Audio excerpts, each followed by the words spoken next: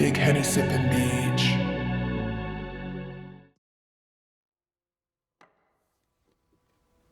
Welcome to my life.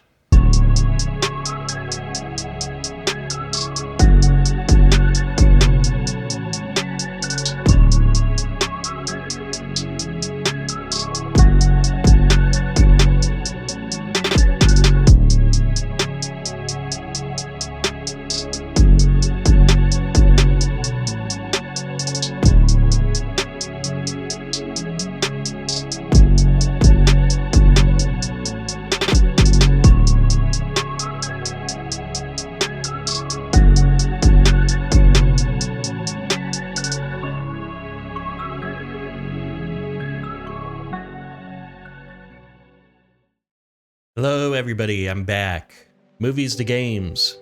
Constantine. When I was a kid, this trailer used to really mess with my head, and it was scary. So I did not watch the movie until 20 years later. I typically would avoid angelic, demonic type things when I was a kid just because of this here really terrifying me as a child. But now we've watched it, and I will say I have watched this movie before, but it was like 5 years ago, so I didn't really remember anything. But yes, 5 years ago was the first time I've ever watched this, and with such a prolific actor like Keanu Reeves being in the film, and it's one of his earlier movies, I mean, you're bound to have a good time. So I invited a lot of people to the watch party, but nobody really joined. But my moderator on Twitch, this guy, actually popped up and we watched the movie together, and it was actually a really good time.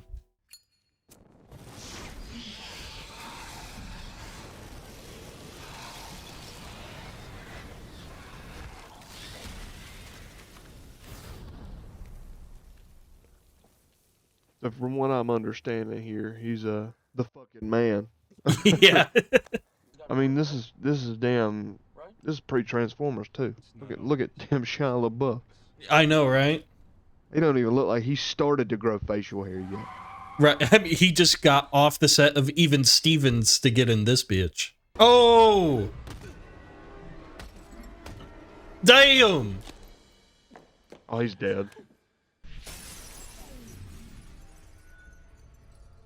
That's fucking cool. That's gonna be a cool part of my edit. But you know, it always feels really good showing a young pup a good movie like this. One of the, I wouldn't call this a classic, but you know, it's dated for sure. It's super good. I really loved watching it again. And I actually didn't even realize that, like, a couple days ago, I realized that he's a DC character.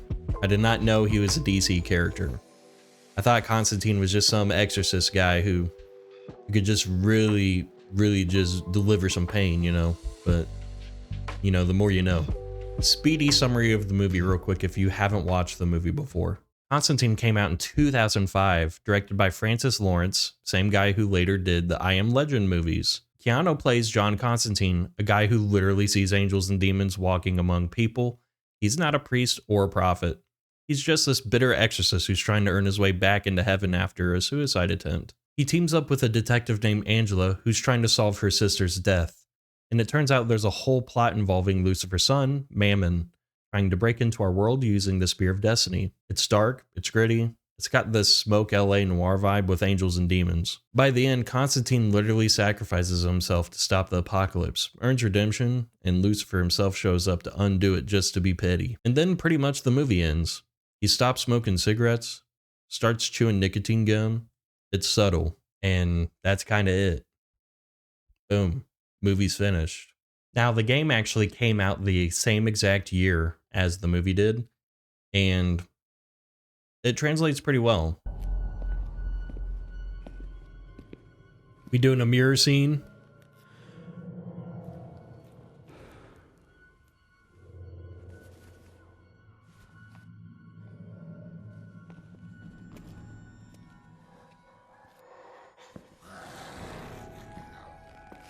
I do remember the mirror scene. Alright, the scene's straight from the movie.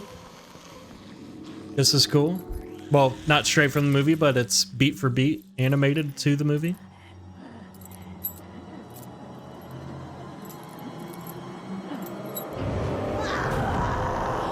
Uh-oh. The bread and butter to this game is killing demons. There's a lot of demons you kill in this game. And there's a lot of weapons and spells that go with killing all the demons. So let's get into that real quick.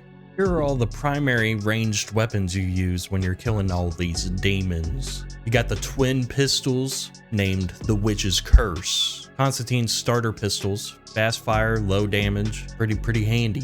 You got the Holy Shotgun or the Crucifix Shotgun, signature close range powerhouse, widespread, high damage. Great for crowds and big targets. Dragon's Breath, the flamethrower. You know, it's a fuel-based flamethrower that lays down continuous holy fire, best for crowd control, enemies weak to burn. The Crucifer, nail gun styled automatic launcher that fires nails. It can be upgraded to flaming explosive nails. The Purger crossbow, long-range bolt weapon firing bodkins or iron-tipped bolts. Accurate high single target damage, best for sniping. And the last weapon is your goddamn fists with them golden knuckles. That's used for close quarters and certain bosses that require you to melee. Now your secondary or throwable weapons are quite necessary as well. You got some holy water bombs, throwable explosives that splash holy water against groups to interrupt possessed humans. Then you got the Screech Beetle. It looks like it just makes a noise that bothers the demons and it kind of just stuns them. Like a stun grenade. And you got the Shroud of Moses, which is kind of a defensive relic, and it, once you pop it, it just kind of evaporates everything around you. Pretty nice. Now, all the spells in the game are actually extremely useful too for crowd control and CCing all the mobs. And every time you cast a spell, you get an impeccable voice acting performance as well. All right, we're gonna cast our first spell. Ego. Huh? Match a button sequence within the time limit. Ego por sit para.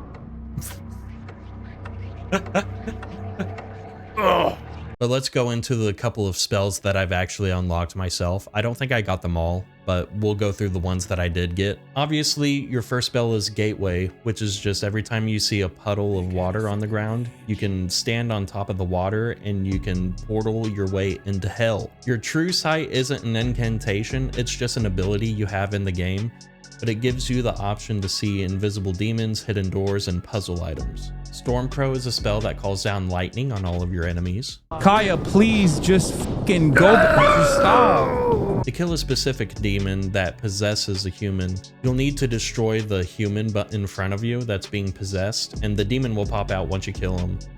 But this exorcism spell allows you to destroy both at once, so it's super useful. The confusion spell was really useful. You could cast on a demon to create an illusion of yourself so the other demons attack the illusion. The gargoyle spell, in my opinion, is one of the best. It just freezes all the demons and you can just run around and just one-shot all of them so you can clear a room really quickly. And the last spell I got was Demon Leech, which creates a shield that reflects demon attacks back at them, and it almost takes all of your mana costs. And one thing I thought was super cool at the beginning of this game was every time you found a new spell, it would cut into a cutscene showing you absorbing that spell that you learned. But then I noticed it happened to every single spell or health upgrade or mana upgrade you did. We got here.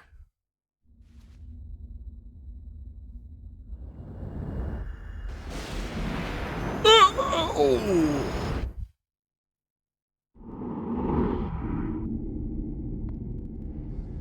Charm pickups permanently. Okay. This game is cutscene galore. I thought it was quite charming, but towards a little bit later, I was kind of getting sick of seeing all, like, is this cutscene necessary? I don't think so. It's not necessary to go into a cutscene every single time you pick up a new upgrade. The health and mana system's pretty simple as well. If you need health, just find a bottle of water lying around or go to a sink, or you can go to a water dispensing jug and you can fill up your water. So this game also kind of has a balancing act. we're killing demons, and we're doing puzzles and mini games. So if you feel yourself shooting too many demons, we are going to have a breath of fresh air, and we're going to go into some puzzles to kind of just slow down the gameplay a little bit.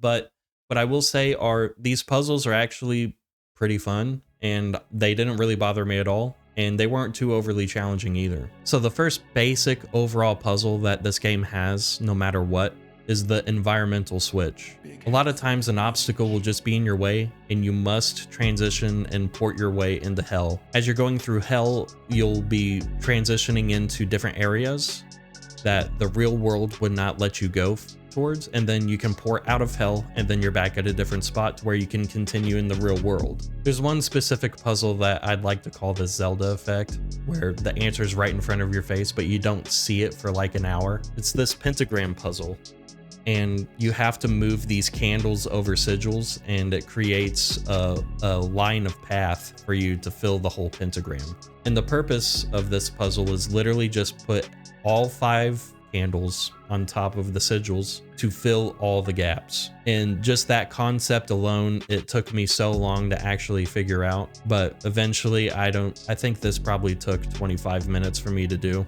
There's a specific character I really want to highlight that's in the movie and the game. This guy.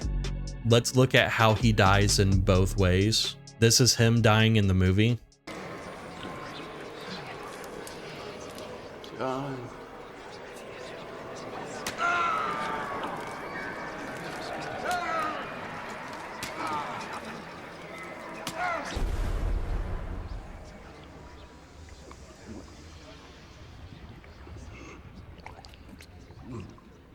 This is him dying in the game.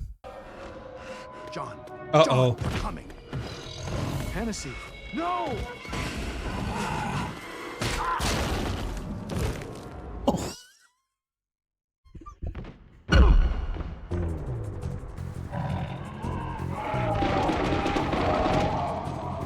Oh my god.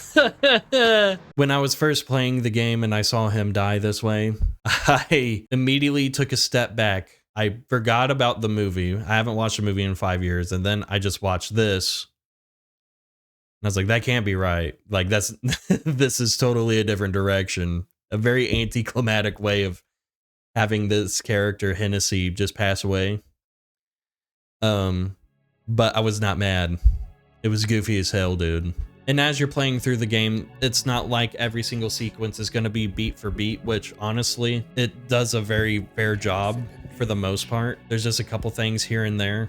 And because of that, we need to talk about the very ending of the video game. Mammon.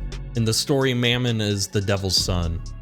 And what Mammon wants to do is to port himself into Earth and break all the rules so he can rule Earth. And in the movie, Constantine actually prevents him from coming into Earth. In the game, he does come into Earth, and you have to kill him as the final boss. So fighting Mammon's actually pretty simple. You just kill all the demons that are around the pool. Once you kill all the demons, Mammon comes down, and he's kind of on a knee doing something. And you go up with your Spear of Destiny, and you give him a good old jab with it. After you jab him, you kind of drop the Spear of Destiny, so you gotta run around and pick it up again, and then rinse and repeat until his health bar goes all the way down. It's a pretty different take on how the ending is compared to the film, but it's probably the best way for you to end the video game, to have that final boss effect. So for the film review, I'm gonna give this a solid 6 out of 10. It's not a perfect film, it's got some flaws here and there. Visually looks pretty stunning whenever the special effects come into play, and the story's intriguing and carries you along the whole way. Very fun DC movie. And honest to God, I'm not a big DC person. I think all of the Snyder films are pretty ass, and I think Zack Snyder's kind of a hack. If I were to look at the whole DC catalog and I saw Constantine on the list, I'm probably choosing that movie over Batman vs Superman, or Justice League, or Suicide Squad. Now for my game review, I don't give a numbered rating for a video game, so I just say if it's fun or not, and it's 100% fun. Nice. The game's totally worth your time. It's not too long at all. Actually, on my first playthrough, I forgot to save and I lost all my progress. Gotta have that boy dash into that car. Yeah, I'm playing on easy mode. Get over it. It's alright. Maybe it'll cut right to the scene I need.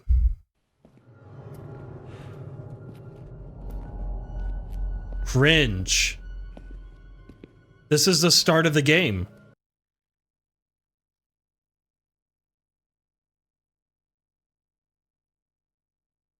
I didn't save.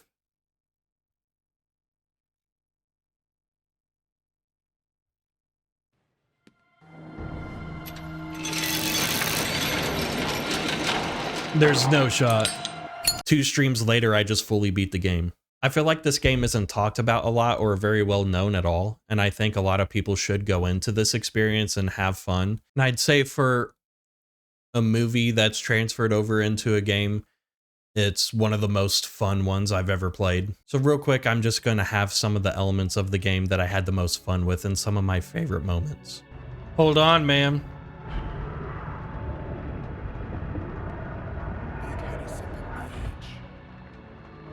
Hurry up and get some help. What are you doing?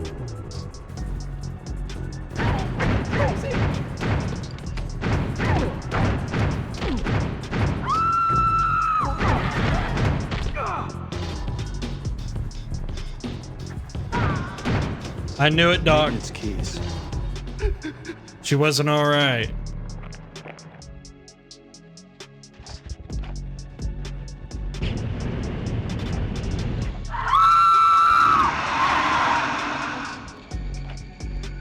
God damn.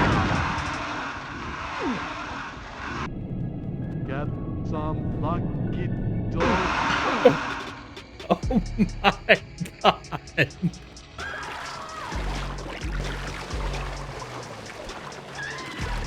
Blood and fire.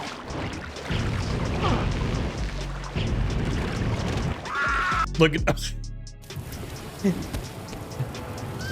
Creative. Oh. Here they come. Oh.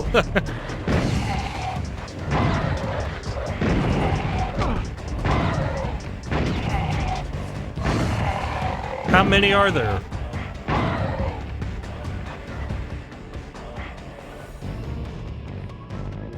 That's jacked up, dude. But thanks for watching, guys. If you want to catch any of my streams, I stream here on YouTube, and I also stream over here on Twitch TV, and here's my username. If you want to catch up with all the gaming that I do, that's where you'll find me. And I will see you on to the next one.